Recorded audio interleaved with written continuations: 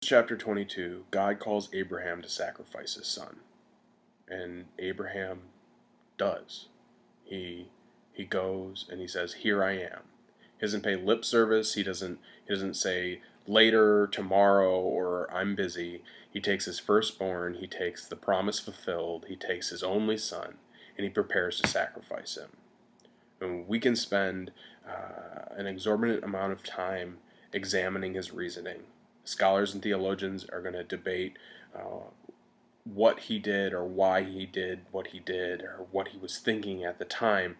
But the point is this: Abraham was willing to sacrifice that which he loved most, and it still wouldn't have been enough.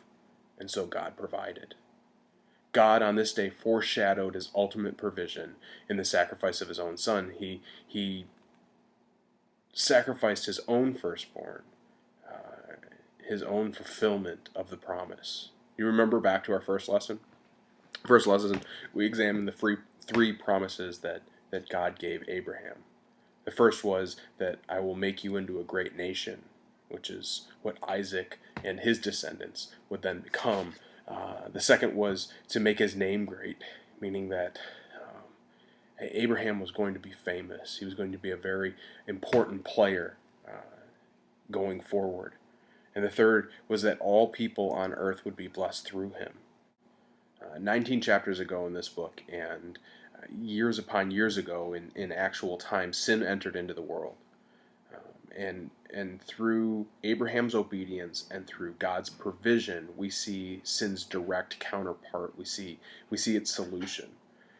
Romans 6:23 explains that the payment for sin is death. It requires a sacrifice to deal with it.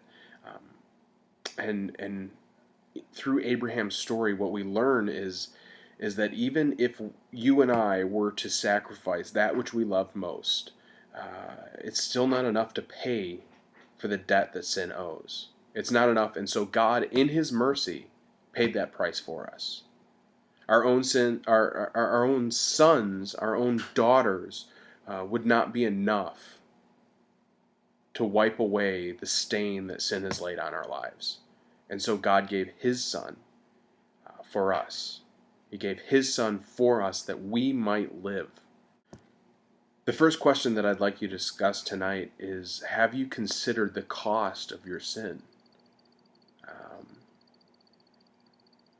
The second question is we often substitute things for Jesus. We discover functional saviors, money, friends, knowledge, or power. Can you think of things that are other than Jesus that you are using as a functional savior, as something else that you can put your faith in?